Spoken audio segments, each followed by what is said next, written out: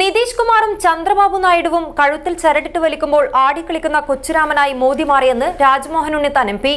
കോൺഗ്രസ് ജില്ലാ കമ്മിറ്റിയുടെ സ്വീകരണം ഏറ്റുവാങ്ങുവാനെത്തിയ അദ്ദേഹം മാധ്യമപ്രവർത്തകരോട് സംസാരിക്കുകയായിരുന്നു.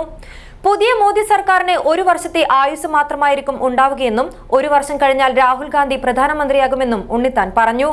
കാറടുക്കയിലെ സഹകരണ സംഘം സൊസൈറ്റി തട്ടിപ്പ് കേന്ദ്ര ഏജൻസിയെ കൊണ്ട് അന്വേഷിപ്പിക്കണമെന്നും ഉണ്ണിത്താൻ പറഞ്ഞു. Sri Shankaracharya Computer Center, Gulf Bazaar, near New Bus Stand, Kasargod. ആ 1 വർഷം കഴിയുമ്പോൾ ഇന്ത്യയുടെ പ്രധാനമന്ത്രി കസേരയിൽ രാഹുൽ ഗാന്ധി വന്നിരിക്കും. നിങ്ങൾ എഴുതി വെച്ചോ, വന്നിരിക്കും. ഇനി നരേന്ദ്രമോദിയുടെ അഹങ്കാരം മനസ്സിലായില്ലയോ? ഇനി വർഗീയ ധ്രുവീകരണം ഞങ്ങളാണ് ഉയർത്തിയത്. ജാതി സെൻസസ് വേണം. ഇതാ ഇപ്പം പറഞ്ഞു കഴിഞ്ഞല്ലോ ചന്ദ്രബാബു നായിഡു, നിതീഷ് കുമാർ. ഞങ്ങളാണ് ഇന്ത്യയുടെ ഭരണഘടനയെ സംരക്ഷിക്കണമെന്ന് പറഞ്ഞ് ഇപ്പോൾ അവരും പറഞ്ഞു തുടങ്ങി. ഇനി നരേന്ദ്രമോദി ആടിക്കളിയടാ കൊച്ചുരാമ, ചാടിക്കളിയടാ കൊച്ചുരാമ എന്ന് നിതീഷ് കുമാർ ചരടിട്ട് വലിക്കുമ്പോൾ ആടിക്കളിക്കുന്ന ഒരു കൊച്ചുരാമനായി മാറി.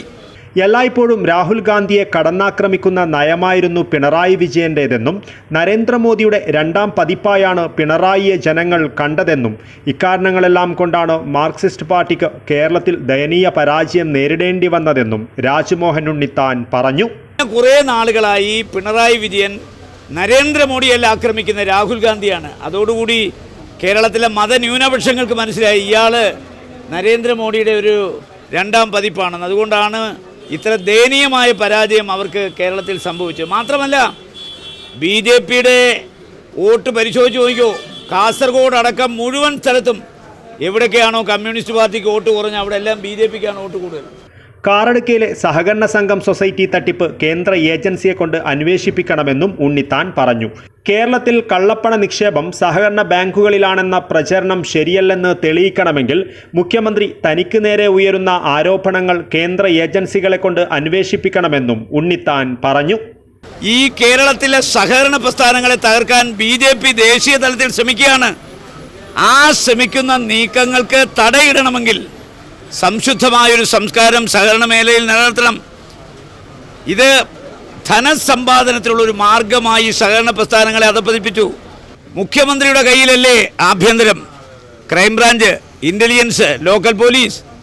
അപ്പോൾ മുഖ്യമന്ത്രിക്കും മുഖ്യമന്ത്രിയുടെ പാർട്ടിക്കുമെതിരെ ആരോപണം ഉയർന്നു വരുമ്പോൾ നിഷ്പക്ഷമായി, നീതിപൂർവമായി, സുതാര്യമായി അന്വേഷണം നടക്കണമെങ്കിൽ അദ്ദേഹം തന്നെ പറയണം, ഞാൻ ഈ അന്വേഷണം കേന്ദ്ര ഏജൻസി കൈമാറുന്നു, എൻ്റെ കൈകൾ പരിശുദ്ധമാണ്, എൻ്റെ മടിയിൽ ഖനമില്ല, അതുകൊണ്ട് നിഷ്പക്ഷമായ അന്വേഷണം നടത്തി കുറ്റവാളികളെ പുറത്തു കൊണ്ടുവരട്ടെ, കുറ്റവാളികൾ ആരാന്നറിഞ്ഞാൽ അവരെ മാതൃകാപരമായി ശിക്ഷിക്കുമെന്ന് പറയേണ്ട ഒരു മുഖ്യമന്ത്രി തനിക്കെതിരെ ഉയർന്ന ആരോപണങ്ങളെക്കുറിച്ച് താൻ തന്നെ അന്വേഷിച്ച പോലെയാണ് തൻ്റെ അനുയായികളെക്കുറിച്ച് ഉയർന്നു വന്ന ആരോപണങ്ങളെക്കുറിച്ച് തൻ്റെ സേനയെ കൊണ്ട് അന്വേഷിപ്പിക്കുന്നത്. നോട്ട് നിരോധനം നടക്കുന്ന കാലത്ത് സഹകരണ പ്രസ്ഥാനത്തിൻ്റെ വിശ്വാസ്യത തകർക്കാൻ കേന്ദ്ര ഗവൺമെൻറ് ഒരു പ്രസ്താവന നടത്തി. ഈ കള്ളപ്പണം മൊത്തം കേരളത്തിലെ സഹകരണ സ്ഥാപനങ്ങളിലാണ് ഒളിപ്പിച്ചു വച്ചിരിക്കുന്നത്. അപ്പോൾ ആ ഒരു ആരോപണത്തിന് മറുപടി പറയാൻ ഇതുവരെ നമുക്ക് കഴിഞ്ഞിട്ടില്ല. കാരണം ഈ കള്ളപ്പണത്തിൻ്റെ ഒളിപ്പിക്കൽ ഉറവിടം കേരളത്തിലെ സഹകരണ പ്രസ്ഥാനങ്ങളല്ല എന്ന് തെളിയിക്കേണ്ട ബാധ്യത കേരളത്തിലെ മുഖ്യമന്ത്രിക്കുണ്ടെങ്കിൽ ആ ബാധ്യത അദ്ദേഹം നിറവേറ്റാൻ തയ്യാറാണെങ്കിൽ അന്വേഷണം കേന്ദ്ര ഏജൻസി കൈമാറണം. News bureau, Kasaragod.